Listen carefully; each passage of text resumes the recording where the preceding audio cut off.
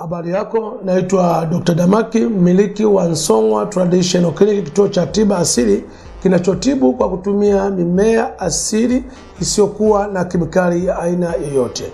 Watu wengi wamekuwa wakiteseka na maradhi mbalimbali, wamekuwa wakienda hospitali sehemu nyingi wakipata tiba na baadaye matatizo yanajirudia, lakini hii ni kwa sababu unakuta kwamba uwezo pengine wa kumaliza changamoto hiyo umekuwa ni mdogo sana, tofauti tunapotumia dawa asili ambayo ndio tiba mama hasa kutoka Song'wa Traditional Clinic, ambayo tunaandaa dawa zenye ubora wa kumaliza tatizo na si kutuliza tatizo. Kuna watu wengi wamekuwa wakiteseka na ugonjwa wa bawasiri. Bawasiri ni ile mishipa ndani inapopasuka ndani ya haja kubwa. Ile mishipa ikipasuka ndio inayoleta matokeo ya uvimbe kwenye njia ya haja kubwa.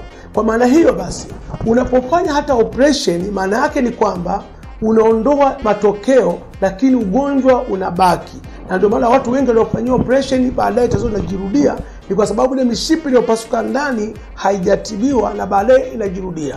Lakini sasa unapopata tiba zetu sisi, tunatibu kuanzia chanzo cha tatizo, kwa maana kutibu mishipa iliyoko ndani iliyopasuka na kuondoa uvimbe kwenye njia ya haja kubwa. Na hizi bawasiri ziko za aina mbili. Kuna bawasiri ya kwanza ambayo ni bawasiri ya ndani. Hii bawasiri ya ndani ni ile ambapo unapojisaidia kile kinyama kinatoka. Ukimaliza kinarudi chenyewe, ama unakirudisha kwa kidole, au mwingine mpaka alale chali ndio kinarudi kwa ndani. Kwa hii tunaita ni bawasiri ya ndani. Lakini kuna bawasiri ya nje ambayo yenyewe ni kiuvimbe kinatoka nje ya mzunguko wa haja kubwa. Inaweza kuwa kimoja, viwili, vitatu ama zaidi.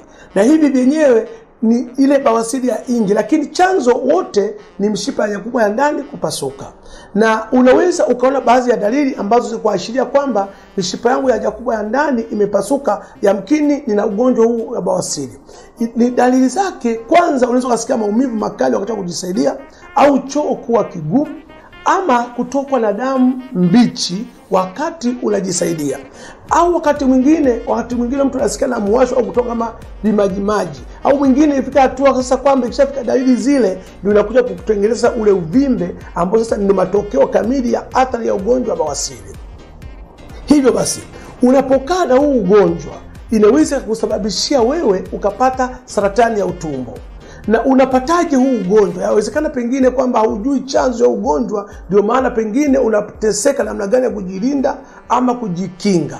Ugonjwa huu unaweza ukaupata aidha kukaa eneo moja kwa muda mrefu, hasa kama ofisini muda mrefu, au wakati mwingine wakina mama wanapojifungua kwa njia ya kawaida wanatumia nguvu kubwa sana kusukuma mtoto, hali ambayo inapelekea mishipa kupasuka na kupata ugonjwa wa bawasiri. Lakini kuna wengine ambao wanafanya mapenzi nje ya utaratibu, kinyume na maumbile, nao wanaathirika na changamoto hii. Lakini pia ulaji wa chakula cha wanga aina moja, nayo ni moja ya sababu ambazo zinapelekea ukapata ugonjwa huu. Lakini tukushauri upate tiba sahihi ambayo inatibu kuanzia mishipa na kuondoa uvimbe bila operation. Ukitoa uvimbe kwa operation, maana unaondoa matokeo na baadaye ugonjwa unarudi. Tukushauri, Song'wa Traditional Clinic tuko Tanzania nzima, mkoa wote uliko wewe, kwa sasa sisi tutapata huduma. Lakini kama uko nje ya Tanzania, pia tuna mikoa mingi, tuna nje ya Tanzania kama Zambia, pia tuna DRC Congo, kote kule utaweza kupata huduma zetu.